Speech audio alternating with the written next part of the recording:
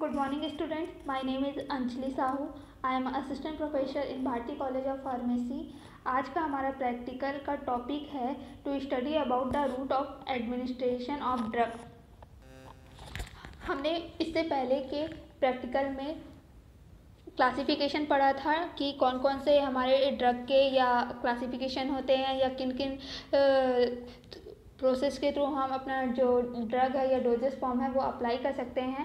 तो उसमें हमने एक सब क्लासिफिकेशन पढ़ा था रूट ऑफ ड्रग एडमिनिस्ट्रेशन. तो आज हम उसके बारे में ब्रीफ करेंगे कि हम कौन कौन से रूट से अपना जो ड्रग है वो एडमिनिस्टर कर सकते हैं. तो सबसे पहला जो रूट है हमारा वो है ओरल रूट.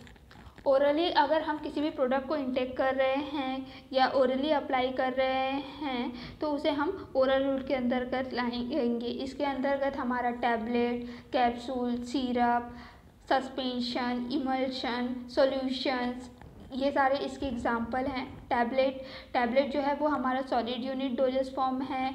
उसी तरह कैप्सूल भी हमारा सॉलिड यूनिट डोजेस फॉर्म है. जो सिरप और सस्पेंशन, इमल्शन, सॉल्यूशंस हैं ये हमारे लिक्विड डोजेस फॉर्म के अंतर्गत आते हैं. तो अगर हम ऐसे प्रोडक्ट को ओरल रूट एडमिनिस्ट्रेशन के अंदर कंडक्ट कराते हैं या उनका एग्जांपल रहते हैं जिसे हमें ओरली यूज़ करना रहता है, जो हमारे माउथ के थ्रू होते हुए हमारे जीआईटी ट्रैक पे जाता है और उसके बाद उनका एब्जॉर्प्शन, डिस्ट्रीब्यूशन, मेटाबॉलिज्म और एक्सक्रीशन के प्रोसेस होते हैं. तो हम उसे ओरल रूट कहेंगे. फिर उसके बाद ये हमारा जो है ये सबसे पहला रूट है रूट ऑफ ड्रग एडमिनिस्ट्रेशन का. फिर सेकंड जो रूट है हमारा इन्हीलेशन. आप सब ने अस्थमा के पेशेंट को पंप यूज़ करते हुए देखा होगा या फिर आजकल निबुलाइज़र्स आते हैं जो हमारे नॉर्मल सीजिंग के टाइम या हमें जब सर्दी होती है तो उसके लिए जो हम पंप यूज़ करते हैं वो उसका एग्जांपल है इन्हीलेशंस का, जिसे हम by the help of inhalation या सांस लेकर अगर हम यूज़ कर रहे हैं उसे हम लोग कौन सा प्रोसेस कहेंगे. हमारा जो वो रहेगा वो इन्हेलेशन एडमिनिस्ट्रेशन के अंतर्गत आएगा. इसका मेन जो हमारा एग्जांपल है वो हमारा अस्थमा के ट्रीटमेंट के लिए जो अस्थमा पंप्स आते हैं वो इसके मेन एग्जांपल हैं. फिर उसके बाद हमारा थर्ड जो रूट है वो है नेज़ल एडमिनिस्ट्रेशन का. तो हम अगर नेज़ल रूट के लिए कोई प्रिपरेशन यूज़ कर रहे हैं, नॉर्मल सर्दी के लिए हम किसी तरीके के प्रिपरेशंस यूज़ कर रहे हैं, जो नेज़ल ड्रॉप यूज़ कर रहे हैं, तो वो हमारे रूट ऑफ एडमिनिस्ट्रेशन में किसके अंतर्गत आएंगे, नेज़ल एडमिनिस्ट्रेशंस के अंतर्गत आएंगे. फिर उसके बाद हमारा नेक्स्ट जो रूट है वो इंट्रावेनस रूट है. By the help of injection हम अपने किसी भी प्रिपरेशन को अप्लाई कर रहे हैं अपने वेन्स में या हार्ट में, या फिर हम अपने इंट्राकार्डियक कोई इंजेक्शंस अप्लाई कर रहे हैं, इंट्रावेनस अप्लाई कर रहे हैं, इंट्रामस्कुलर अप्लाई कर रहे हैं. जहाँ पे हमें रिक्वायर्ड है उस पोर्शन के अकॉर्डिंग अगर हम उस इंजेक्शन या प्रिपरेशन अप्लाई कर रहे हैं by the help of injection तो वो हमारा इंट्रावेनस रूट के अंतर्गत आएगा. या फिर उसके बाद हमारा नेक्स्ट रूट है ऑक्यूलर ड्रग डिलीवरी सिस्टम. अगर हमारा जो प्रिपरेशन है जिसे हम ऑक्यूलरली अप्लाई कर रहे हैं या आई पे अप्लाई कर रहे हैं तो उसे हम ऑक्यूलर ड्रग डिलीवरी सिस्टम के अंतर्गत यूज़ करेंगे. इसके एग्जांपल्स हैं हमारे आई ड्रॉप्स, आई लोशंस. फिर उसके बाद ये जो मेन हमारे आई ऑइंटमेंट्स भी आते हैं. फिर उसके बाद आई डिपोर्ट्स आते हैं. आई डिपोर्ट का मेन वर्क रहता है ये हमें ये फैसिलिटी प्रोवाइड करता है कि हमें बार बार आई ड्रॉप्स लेने की ज़रूरत नहीं है. आई डिपोर्ट्स रहते हैं उनमें एक बार में ह्यूज अमाउंट ऑफ ड्रग पहले से स्टोर करके रख दिया जाता है और जैसे ही हमारे आई को इसकी रिक्वायरमेंट होती है by the help of sustain release process हमारा जो आई डिपोर्ट में ड्रग जो प्रेजेंट है वो धीरे धीरे रिलीज हो जाता है. इसका मेन जो वर्क इसलिए भी किया जाता है ताकि आई की जो ह्यूमिडिटी है वो बरकरार रहे, या फिर आई में जो हमारा तो हमारे जो नॉर्मली आई डिपोर्ट्स होते हैं जिसका मेन वर्क रहता है कि वो हमारे आई कि को जब उस ड्रग की रिक्वायरमेंट रहती है तो by the help of sustain release process धीरे धीरे हमारे बॉडी के अंदर या हमारे आई के सर्कुलेशन में हम आई के सर्कुलेशन में सर्कुलेट होता है अकॉर्डिंग टू द रिक्वायरमेंट। फिर लास्ट हमारा है ट्रांसडर्मल प्रिपरेशन, जिसे हम टॉपिकली अप्लाई करते हैं। जैसे हमारा क्रीम होते हैं, ऑइंटमेंट्स होते हैं, लोशंस होते हैं, जिन्हें हम अपने टॉपिकली सरफेस पे अप्लाई कर रहे हैं या स्किन पे अप्लाई कर रहे हैं। तो इस तरीके के प्रिपरेशंस जो होते हैं उन्हें हम ट्रांसडर्मल प्रोसेस एप्लीकेशंस कहेंगे या डर्मल रूट कहेंगे। इसमें हमारे ट्रांसडर्मल पैचेस आते हैं जो नॉर्मली हम कट वुंड के लिए अप्लाई करते हैं। हमारे क्रीम्स आते हैं, लोशंस आते हैं, लोशन मॉइस्चराइज़र के फॉर्म में प्रेजेंट रहते हैं जनरली। तो या हमारे ऑइंटमेंट्स आते हैं, उन्हें भी हम कट वुंड के लिए यूज़ करते हैं या डिब्रीज हो जाती हैं उनके लिए यूज़ करते हैं। वाइटनिंग क्रीम्स आती हैं। तो अकॉर्डिंग टू दी एप्लीकेशन या according to the disease demand हम इस तरीके के प्रिपरेशन यूज़ कर सकते हैं। तो हमारे रूट ऑफ एडमिनिस्ट्रेशन को इतने टाइप्स में बांटा गया है। सबसे पहला जो हमारा रूट है वो है ओरल रूट। सेकंड जो है वो हमारा इनहेलेशन एडमिनिस्ट्रेशन है। थर्ड जो रूट है वो हमारा नेज़ल एडमिनिस्ट्रेशन है। फोर्थ जो रूट है वो हमारा इंट्रावेनस रूट है। फिर उसके बाद फिफ्थ जो है वो ऑक्यूलर ड्रग डिलीवरी सिस्टम है। और सिक्स जो है वो ट्रांसडर्मल डिफ्यूज़न या डर्मल एप्लीकेशंस हैं। तो ये जो हमारे 6 रूट हैं ये मेजर रूट होते हैं रूट ऑफ ड्रग एडमिनिस्ट्रेशन के। हमारे जितने भी प्रिपरेशंस बनते हैं, डोजेस फॉर्म प्रिपेयर किया जाता है इंडस्ट्री में, वो इन रूट को ध्यान में रखकर किया जाता है कि हम अपने प्रिपरेशन को किस रूट में अप्लाई करवाना चाह रहे हैं, किस तरीके के हमें डिसीज़ है या किस तरीके की प्रॉब्लम है जिसके लिए हम प्रिपरेशन प्रिपेयर कर रहे हैं या डोजेस फॉर्म प्रिपेयर कर रहे हैं, उसके अकॉर्डिंग हमारा रूट का जो है या डोजेस फॉर्म का डिज़ाइन होता है। उसके हिसाब से हमारा रूट और डोजेस फॉर्म डिज़ाइन होता है।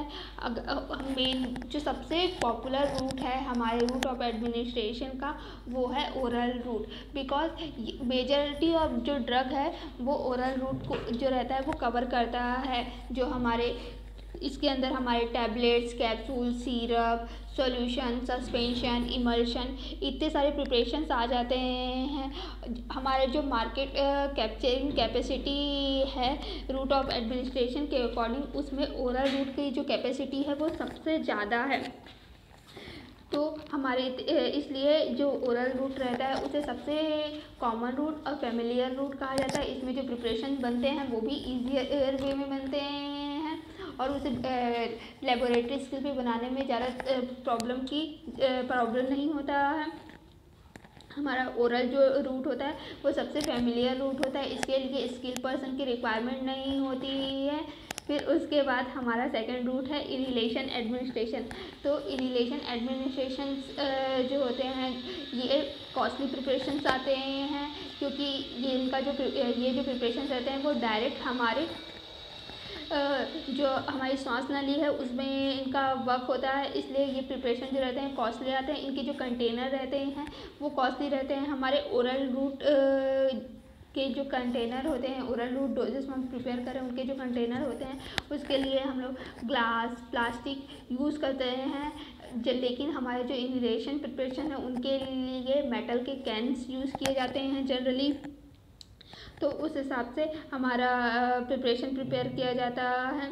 फिर उसके बाद है हमारे नेज़ल एडमिनिस्ट्रेशन ड्रग्स। तो जो हमारे नेज़ल एडमिनिस्ट्रेशन ड्रग्स हैं उनमें उनका जो मेन वर्किंग रहता है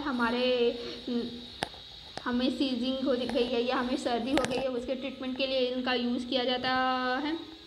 हमारे नेज़ल एडमिनिस्ट्रेशन के लिए जो कंटेनर यूज़ किए जाते हैं वो प्लास्टिक कंटेनर यूज़ किए जाते हैं। फिर उसके बाद हमारा नेक्स्ट रूट है वो है इंट्रावेनस रूट। तो इंट्रावेनस रूट के लिए हम जनरली इंजेक्शंस यूज़ करते हैं या जो हमारे इंजेक्शन है वो डिफरेंट डिसीज़ के अकॉर्डिंग डिफरेंट एरिया के अकॉर्डिंग अप्लाई किए जाते हैं। अगर हम अपनी प्रिपरेशन को वेन्स में सर्कुलेट कराना चाह रहे हैं तो उसके लिए हम इंट्रावेनस इंजेक्शन यूज़ करते हैं। अगर हमें मसल्स में उसे अप्लाई करना है तो इसके लिए इंट्रामस्कुलर इंजेक्शंस यूज़ करते हैं। अगर हमें कार्डियक मतलब हार्ट के पास अगर उसे अप्लाई कराना है तो इंट्राकार्डियक इंजेक्शंस यूज़ कर सकते हैं। अगर आर्टरी में यूज़ कराना है तो या आर्टरी के लिए यूज़ करना है तो इंट्रा आर्टियल यूज़ कर सकते हैं। तो जहाँ पे हमें अपना प्रिपरेशन अप्लाई करना है उसके अकॉर्डिंग हमें इंजेक्शंस यूज़ करते हैं और अप्लाई करते हैं। इसके लिए हमारे जो कंटेनर्स यूज़ होते हैं वो जो कि हमारे जो हमारे इंजेक्शन के डोजेस फॉर्म को कंटेन करके रखते हैं वो या तो एम्पूल फॉर्म में रहेंगे या वायल्स फॉर्म में रहते हैं। ये दोनों ही कंटेनर जो रहते हैं वो ग्लास कंटेनर्स रहते हैं। इसके लिए हम जो हमारे इंट्रावेनस प्रिपरेशंस रहते हैं वो हाईली स्टेराइल प्रिपरेशंस रहते हैं उसे, क्योंकि ये हमारे डायरेक्ट बॉडी या ब्लड कैपिलरी में सर्कुलेट होते हैं। इस वजह से इन्हें हाई स्टेराइल पैरामीटर से होके गुजरना पड़ता है। फिर उसके बाद है हमारा ऑक्यूलर ड्रग डिलीवरी सिस्टम। तो इसके लिए भी जितने कंटेनर यूज़ किए जाते हैं वो जनरली प्लास्टिक कंटेनर्स होते हैं। ये भी हमारा हाईली स्टेराइल प्रिपरेशंस होता है बिकॉज इसे डायरेक्ट हम अपने आई पे अप्लाई करते हैं। इस वजह से इसको हमें हाईली स्टेराइल करके यूज़ करने की या प्रिपेयर करने की ज़रूरत होती है। इसमें जो हमारा सबसे मेन या एडवांसमेंट फॉर्म है ऑक्यूलर डोजेज फॉर्म का वो है आईडी पोर्ट जो होता है वो सबसे अभी तक का हमारा सबसे एडवांस फॉर्म है। ऑक्यूलर डोजेज फॉर्म के लिए ये नॉवेल ड्रग डिलीवरी सिस्टम्स के अंतर्गत आते हैं। इसमें बहुत सारे एडवांसमेंट होते हैं जिसके वजह से हमें बेनिफिट मिलता है सस्टेन रिलीज प्रिपरेशंस के लिए। तो ये सारे जो हैं वो हमारे ऑक्यूलर ड्रग डिलीवरी सिस्टम्स के अंतर्गत आते हैं। हमारे आई ड्रॉप्स होते हैं या ऑयल लोशंस होते हैं, इनका भी जो हमारा एक्शन टाइम है, साइट ऑफ एक्शन टाइम वो बहुत ही क्विक होता है। इसमें जो ड्रग प्रेजेंट रहता है वो बहुत पोटेंट अमाउंट में प्रेजेंट रहते हैं और बहुत माइनर लेस अमाउंट में प्रेजेंट रहते हैं। हमारा आई जो रहता है वो हाई सेंसिटिव होता है तो वो स्मॉल अमाउंट ड्रग को भी ट्रीटमेंट के लिए यूज़ कर सकता है। तो ये हमारे आई एडमिनिस्ट्रेशन के अंदर आते हैं। फिर उसके बाद हमारा नेक्स्ट है ट्रांसडर्मल डिफ्यूज़न। तो ट्रांसडर्मल डिफ्यूज़न के अंतर्गत हमारे जितने भी प्रिपरेशंस आते हैं जिन्हें हम डर्मली अप्लाई करते हैं उन्हें हम ट्रांसडर्मल प्रिपरेशंस के अंतर्गत लाएंगे। जैसे कि हमें कट लग गया हो, वुंड लग गया हो, या फिर हमें एक्ने हैं, या फिर हमें नॉर्मल वाइटनिंग बॉडी वाइटनिंग करनी है, या फेस वाइटनिंग क्रीम्स आती हैं, जितने भी हमारे क्रीम्स हैं, मॉइस्चराइज़र्स हैं, ये सारे जो प्रिपरेशंस रहते हैं वो हमारे ट्रांसडर्मल एप्लीकेशंस के अंतर्गत आते हैं। पैचेस हमारे ट्रांसडर्मल एप्लीकेशंस के अंतर्गत आते हैं जो कि हमें हेल्प करते हैं हमारे कट वुंड को ट्रीट करने के लिए हमें हेल्प करते हैं। फिर उसके बाद ये हमारे इतने प्रिपरेशन हो गए हैं ट्रांसडर्मल डिफ्यूज़न के। तो ये था हमारा ओवरऑल रूट ऑफ एडमिनिस्ट्रेशन जिसकी हेल्प से हम अपना प्रिपरेशन प्रिपेयर करते हैं और डोजेस फॉर्म प्रिपेयर करते हैं और अप्लाई करते हैं अपने डेली लाइफ में। फिर उसके तो ये हम हमारे टोटल ओवरऑल डेफिनेशन थे रूट ऑफ एडमिनिस्ट्रेशन के रिगार्डिंग प्रिपरेशन का। इतने में से अगर आपको किसी को कोई डाउट हो तो आप कमेंट सेक्शन में कमेंट करके हमें बता सकते हैं। नेक्स्ट इससे प्रीवियस क्लास में मैंने आपको रूट ऑफ ड्रग एडमिनिस्ट्रेशन का ये एक सब क्लासिफिकेशन अभी इसके क्लास में डिस्कस किया। इससे पहले क्लास में हमने ओवरऑल और डोजेस फॉर्म को क्लासीफाई किया था कि किस किस टाइप के हमारे डोजेस फॉर्म होते हैं, उन्हें कौन कौन से रूट से अप्लाई किया जा सकता है या उनके कितने टाइप के क्लासिफिकेशन होते हैं। तो इतने में से अगर किसी को कोई डाउट हो तो हमें कमेंट कीजिएगा, हम आपका उसको एक्सप्लेन करेंगे। आपके कमेंट के सारे जो भी क्वेश्चंस होंगे उसे हम ब्रीफ कर देंगे। Thank you.